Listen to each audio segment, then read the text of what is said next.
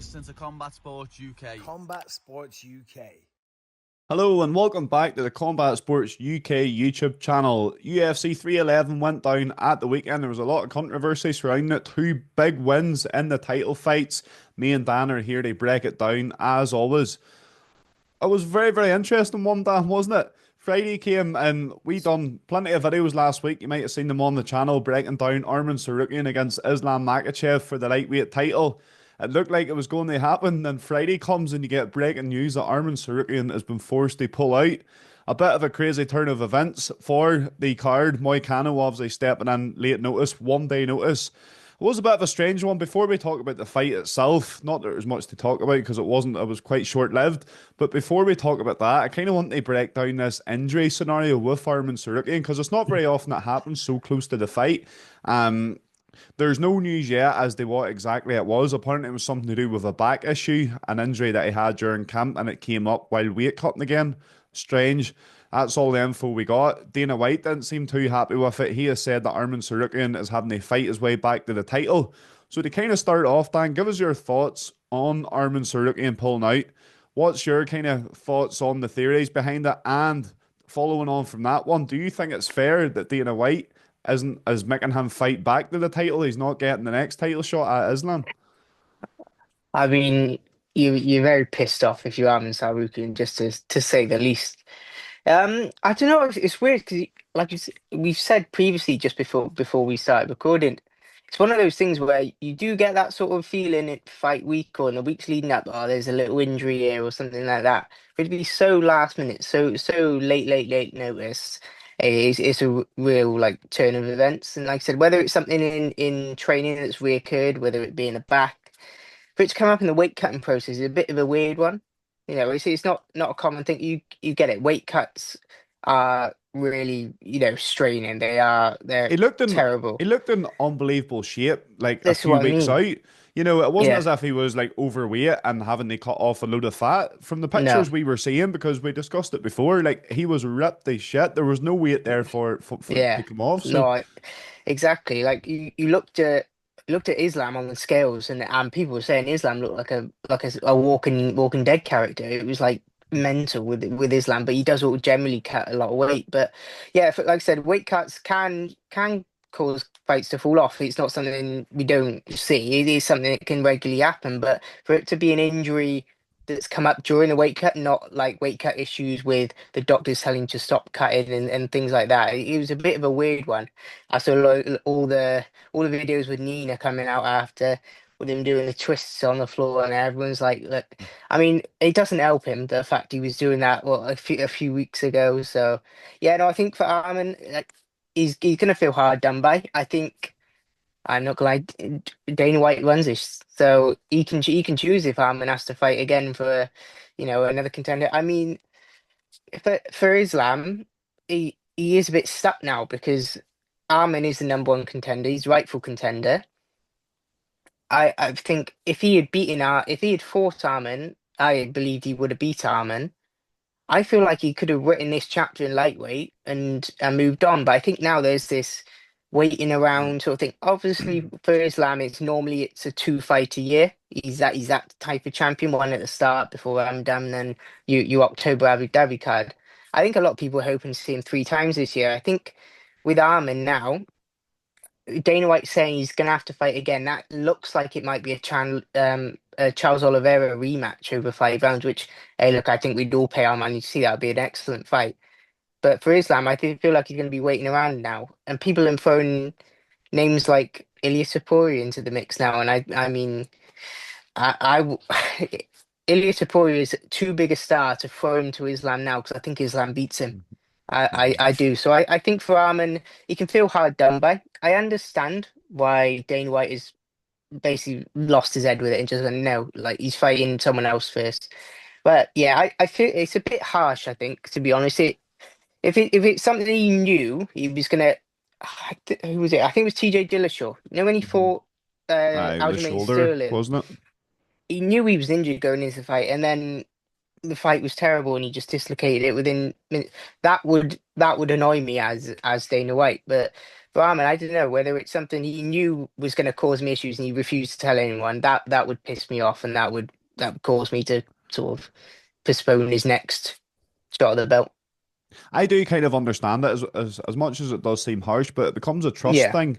You know, it's yeah, tickets are sold on the basis the headline act, so they say, is Islam Makhachev and Arman Sarukian. exactly. Yeah, And if he's pulling out like that the night before, and it was because he felt he wasn't healthy enough to compete, yeah, um, you know, whilst they say that this might not happen again, the UFC really needs to get to the bottom exactly. of it and figure out why he didn't compete. If they can, if they do put him in that scenario again, is there any chance of this happening again? So Yeah, it's a really, really interesting one. And for Arman Sarukian, you know, he just spent 6 or 9 months. I think it was 6 months because they had to do a public yeah, service announcement. He spent 6 months suspended, banned for punching a fan on the way yeah, out. And then now this, it seems like he's going to have to work up to the title again. yeah, It is an interesting one, and for a guy that since he's come into the UFC, he got beat by Islam Makhachev in his debut, and ever since that moment, he has been calling for that title shot against Islam Makhachev, yeah, and it's just like slipped through his fingers here within the space of a couple of days. Um, it is interesting that I would like to see how it plays out. I do think there will be mm, more information that comes out in due course, maybe about yeah, exactly what the injury was and why hmm he had to be pulled from the fight because of it, but. Very, very weird yeah, one. A very weird one. It was breaking news as it broke. It hmm kind of took me. I seen it on a couple of outlets and I didn't believe it yeah. until I seen Dana White's bald head shouting about Moicano being the next contender. I did not believe it, Yeah, but it was true. Moicano went in there and got caught in that signature Darce choke. That Darce choke is becoming as signature and as well known as yeah, Alex Perez left hook. As soon as them hands are locked in, it's night night. It's night night. What about that yeah. performance from it, Islam then? He's now got the most title defenses in lightweight history. Do you think that really, like, where do you think it puts him in comparison to other lightweights then? People talk about BJ Yeah. Penn, you know, obviously hmm Khabib, and there's some other guys' names that's out there, but Yeah. none of them has defended their title more than Islam Makhachev now. Yeah, I think for Islam, I agree. I think he's gonna be he has to be in the conversation. There's no argument against it. I think it's hard to argue against Islam being the best lightweight there ever has been in the UFC because of that number, that four defenses. Now, what people will do is go, oh, you fought a featherweight twice in Volkanovski, and you fought two late notice opponents in now Moicano and Volkanovski the second time round. So there are going to be, you know, arguments against it. But I think really, if we take it matter of fact, Moicano coming into this fight is he deserved a title shot in essence of the scenario. Like I said, he Hmm. didn't deserve to jump over Sarukian, but with Sarukian pulling out that late notice, that was Moicano's your best option there. Like you said, you can't get Oliveira flying across the world in a day's notice. So I think Moicano, although we look at it and go, I mean, Makachev did it basically with his eyes shut, sort of thing. Like he may have got clipped a little bit. I think it was more so a slip, and Hmm. then he locked up the choke within one round. It seemed very easy for him. Moicano was coming into that with a lot of momentum, and there were No people that risk. thought, No yeah, risk whatsoever as well. exactly. So it's not a win that should be dismissed by people, but it will be because again, with Moicano. He was a featherweight years and years ago. Poirier was a featherweight years and years ago. People still do bring this up with Makachev. Oh, he doesn't really beat lightweights, all this sort of thing. Everyone's fought a featherweight who's competed against him. But for Makachev, yeah, I think he's gonna have to be another win. Like if he had beaten Arman and it wasn't Moicano, I think we'd be pretty adamant on this conversation being over. But because of the late notice replacement, you're gonna have more of a conversation. But I think, to be honest, I think Islam is. I don't. I think if you put Islam against Khabib, Islam would win. Like if we do this argument, if they all fought each other, who would win? Everyone's going to come to the same conclusion. Islam Makhachev is the best lightweight of all time. Yeah, I agree. I think so too. I think so too. And you know, Islam can only fight who's been put in front of him. It's not his fault Exactly. that there aren't real dominant contenders in the lightweight division. And you know, kind of similar to what we were saying there, who does he fight next? This has been an Yeah. issue. It's the reason why Dustin Poirier beat Benoit Saint Denis in order to get the title shot. But the fight before Yeah. that, he got knocked out by Justin Gaethje. So he lost Yeah. and then won a fight and was in a position to get a title shot. That's why Volkanovski was able to get 2 shots at the title as well. Like Yeah. there is a lack of contenders in the lightweight division, but Hmm. the way Islam Makhachev's doing it, the only Yeah. one of them fights that he struggled with was that first one against Volkanovski, and that was pound Yeah. for pound best in the world against pound for pound number two. So, and he Yeah. still won the fight. He still won the fight. It was Exactly. a war for him. Some people might say that they think Volkanovski won it as well, but I did. as yeah, I can see why. It Oh was a very yeah. very close fight, but I can see how it could have went either way at the same time. Yeah. Yeah. So Exactly.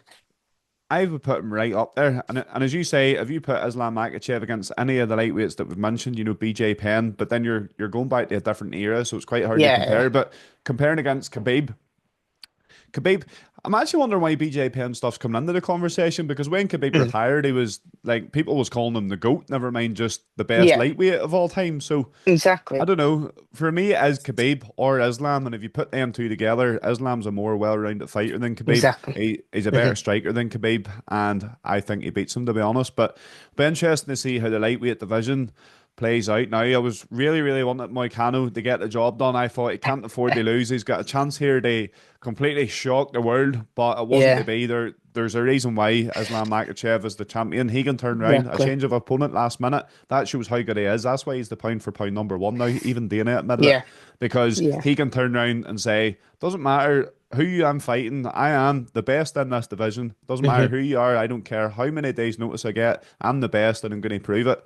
So Exactly. that's why he is Yeah. rightfully the pound for pound best because that's Hmm. something that Dana's other pound for pound best, John Jones, didn't do.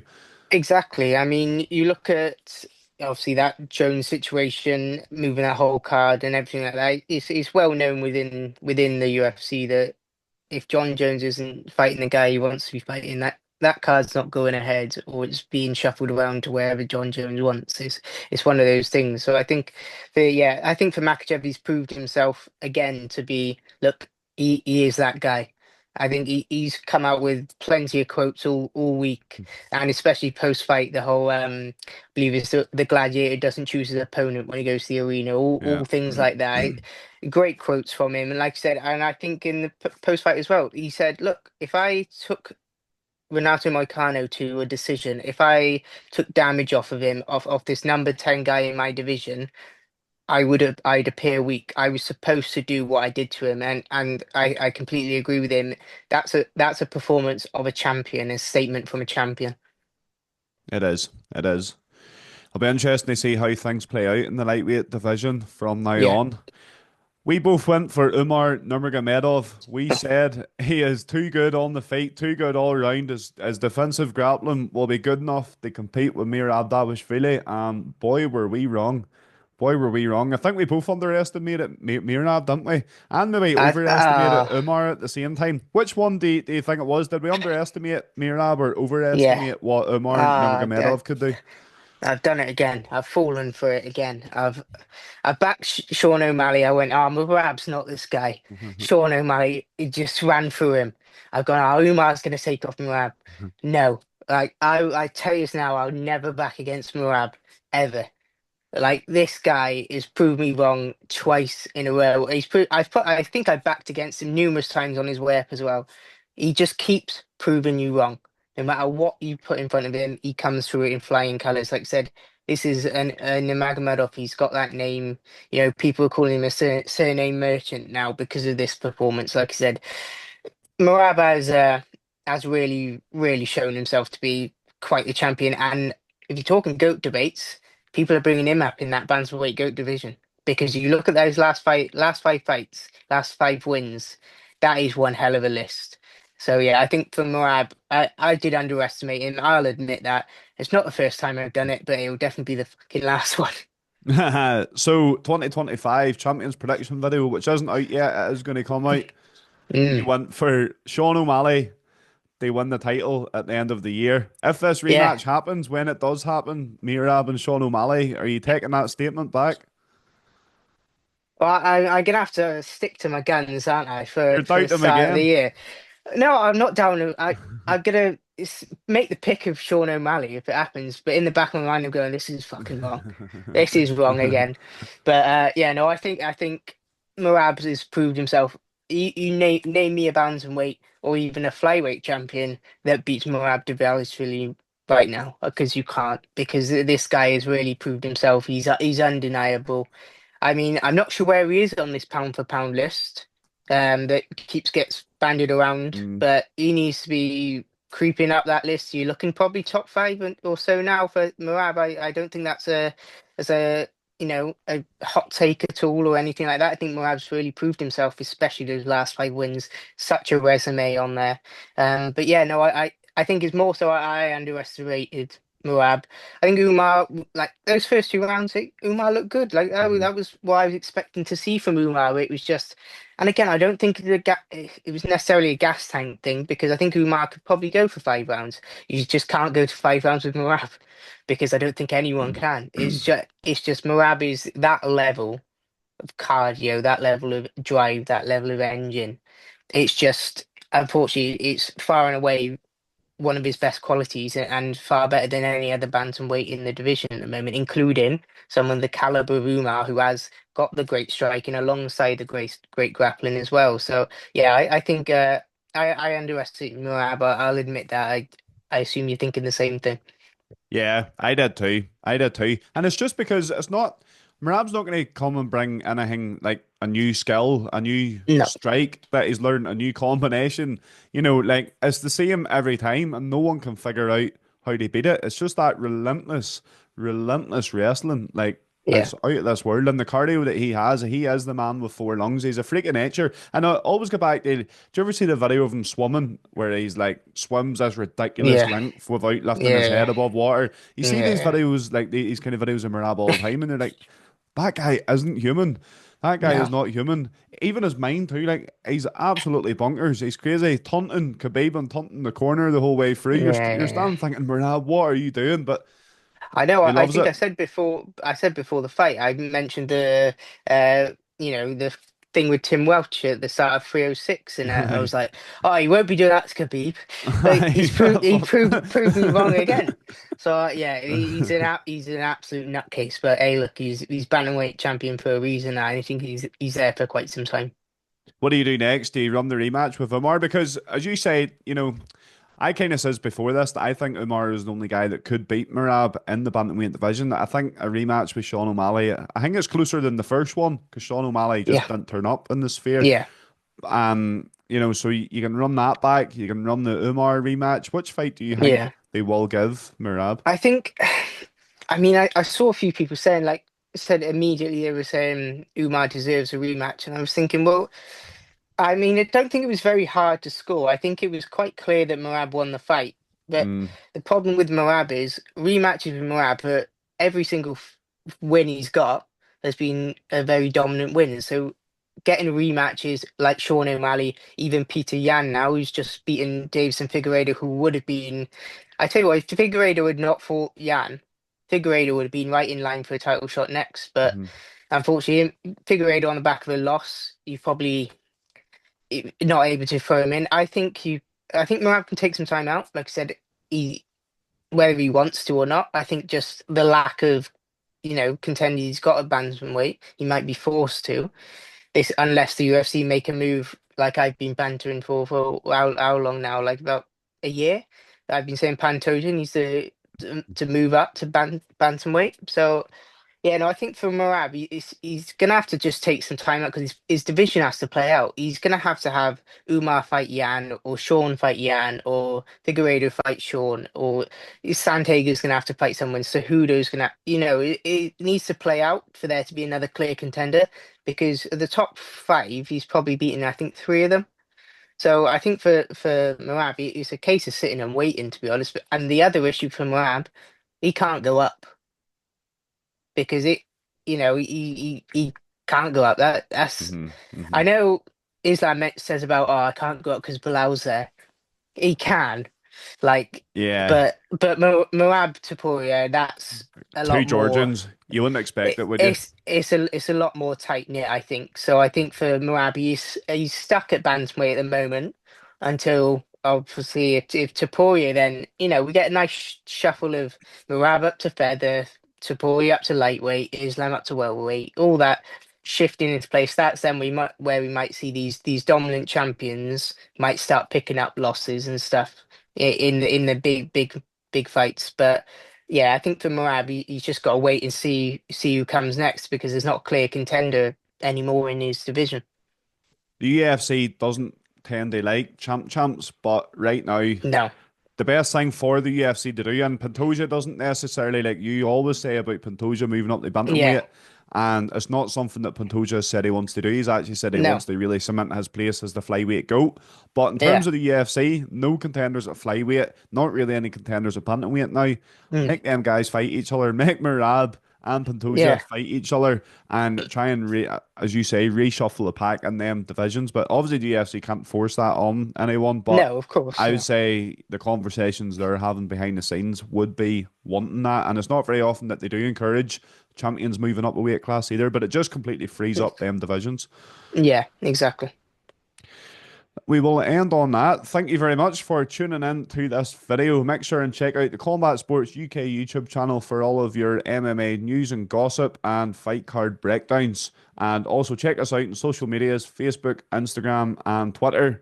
And we're very, very present on all of them. So go and check them out as well. Thank you very much for tuning in, and we will see you in the next video.